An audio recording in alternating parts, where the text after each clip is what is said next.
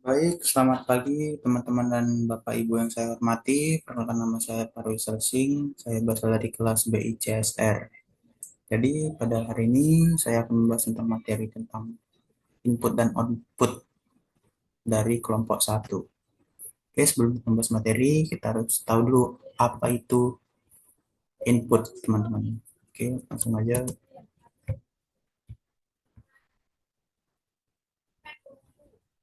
Oke, input itu adalah data instruksi apapun yang dimasukkan ke dalam komputer. Jadi info itu bisa berbentuk data, perintah, lalu bisa berbentuk sinyal yang dikirimkan ke komputer. Lalu fungsinya ini bisa seperti apa? Menjadi bahan mentah yang dikelola oleh CPU gitu. Lalu selanjutnya jenis-jenis input. Yang pertama itu adalah keyboard. Keyboard itu adalah contoh perangkat input yang berisi tentang tombol-tombol yang biasa ditekan untuk memasukkan data ke dalam komputer. Lalu selanjutnya lalu selanjutnya itu ada jenis-jenis keyboard. Itu adalah jenis-jenis keyboard yang pertama itu adalah keyboard standar. Keyboard standar itu adalah keyboard umum dengan tombol lengkap yang biasanya kita bisa temui di tempat di lab komputer ya teman-teman. Biasanya itu dipakai di kantor ataupun di sekolah seperti yang di lab yang saya bilang tadi. Lalu yang kedua itu adalah compact keyboard. Compact keyboard itu adalah ukuran lebih kecil karena beberapa tombol dihilangkan, praktis dan juga mudah dibawa. Lalu yang ketiga itu adalah on-screen keyboard. Keyboard virtual yang muncul di layar digunakan dengan mouse ataupun layar sentuh. Lalu yang keempat adalah ergonomic keyboard. Ini dirancang mengikuti bentuk tangan agar lebih nyaman dan mengurangi pegal saat mengetik lama. Yang kelima itu adalah gaming keyboard. Gaming keyboard ini adalah keyboard yang dirancang untuk dibuat khusus game. Biasanya punya lampu, biasanya punya lampu RGB atau tombol yang responsif. Gitu. Terus selanjutnya itu ada mouse. Mouse itu adalah perangkat input komputer yang digunakan untuk menggerakkan dan memberikan perintah di layar. Mouse ini ada terbagi dua. Yang pertama itu adalah mouse touchpad itu. Mouse ini biasanya ada di laptop, digunakan dengan menggeser jari di permukaannya. Jadi mouse itu digeser menggunakan tangan di sebelah kanan gitu. Lalu yang ada mouse trackball itu eh, kedua itu adalah mouse trackball menggunakan bola yang diputar dengan jari untuk menggerakkan kursor. Jadi tidak boleh, jadi mouse ini tidak perlu menggunakan banyak gerakan tangan. Lalu selanjutnya itu adalah touchscreen. Touchscreen adalah layar yang dapat menerima input melalui sentuhan jari, contohnya seperti smartphone, tablet, ataupun yang lainnya. Lalu selanjutnya itu adalah pen input. Pen input itu adalah memasukkan data komputer menggunakan pena digital. Eh, Pen input itu terbagi tiga, teman-teman. Bisa kita lihat. Yang pertama itu adalah stylus, yang terus ada yang digital pen, ada yang graphic tablet. Stylus dan digital digital pen atau graphic tablet ini biasa dipakai untuk menulis atau menggambar atau mendesain gitu. Lalu selanjutnya itu ada motion input. Motion input itu adalah metode memasukkan perintah atau data ke dalam sistem komputer melalui gerakan fisik, misalnya menggerakkan tangan untuk menggeser menu tanpa menyentuh layar. Lalu selanjutnya ada voice atau audio input. Voice itu adalah mentransfer suara ke dalam perangkat elektronik lewat mikrofon. Sedangkan audio itu adalah input suara ke dalam komputer melalui ucapan atau efek suara.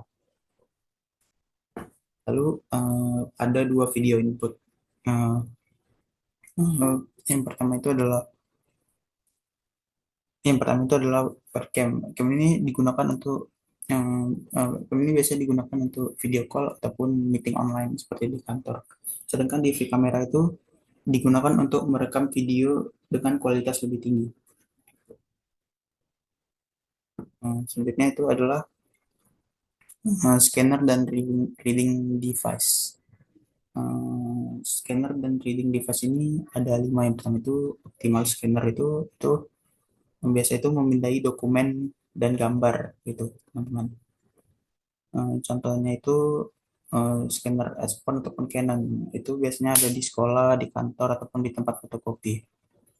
Fungsinya itu yang tadi saya bilang memindai dokumen dan foto. Terus yang kedua itu adalah OCR atau optical readers. Eh, ini biasanya ini ada di bank ataupun di arsip-arsip kantor. Fungsinya itu mengubah teks cetak jadi teks yang digital. Terus yang ketiga itu adalah OM, barcode. Barcode. Eh, barcode ini adalah biasanya ini kita temui di Alfamart, di Indomaret itu untuk untuk scan. Misalnya ada dompet digital sekarang kita lihat seperti Dana, lalu mereka membayar menggunakan scan barcode tersebut. Lalu yang kelima itu adalah R, yang keempat itu adalah RFID Riders. RFID Riders ini biasanya itu ada di gedung perkantoran ataupun di parkiran. Ini biasanya digunakan untuk apa, kayak akses masuk gitu, teman-teman. Lalu yang kelima itu adalah mark, mark strip dan ICR. Itu biasanya itu ada di toko ataupun di restoran. Fungsinya itu untuk kayak misalnya kita ada kartu ATM mau membayar lalu digesek gitu. Terus eh, ada juga yang MICR, itu eh, biasanya itu ada di bank, itu sama seperti Magstrip tadi ya teman-teman, itu menggesekkan menggunakan kartu ATM. Baik, selanjutnya itu ada apa itu output. Output itu adalah data yang diberikan komputer setelah proses input. Jadi output itu adalah fungsinya itu kayak menampilkan hasil pengolahan data kepada pengguna dari berbagai bentuk. Itu seperti bisa monitor, speaker, contohnya itu seperti monitor, speaker, proyektor, dan lain-lain. Nah, inilah jenis-jenis yang saya bilang tadi, ada monitor, printer, other output device.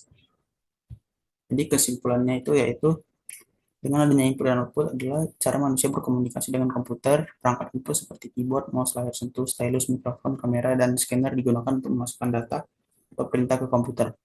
Sementara itu, perangkat output seperti monitor, printer, speaker, dan proyektor digunakan untuk menampilkan hasil dari proses komputer dalam bentuk gambar, tulisan, suara, dan cetakan. Semua perangkat ini membuat komputer lebih mudah digunakan untuk berbagai keperluan, mulai dari belajar, bekerja, bermain game, hingga membantu pengguna yang memiliki keterbatasan fisik melalui teknologi khusus.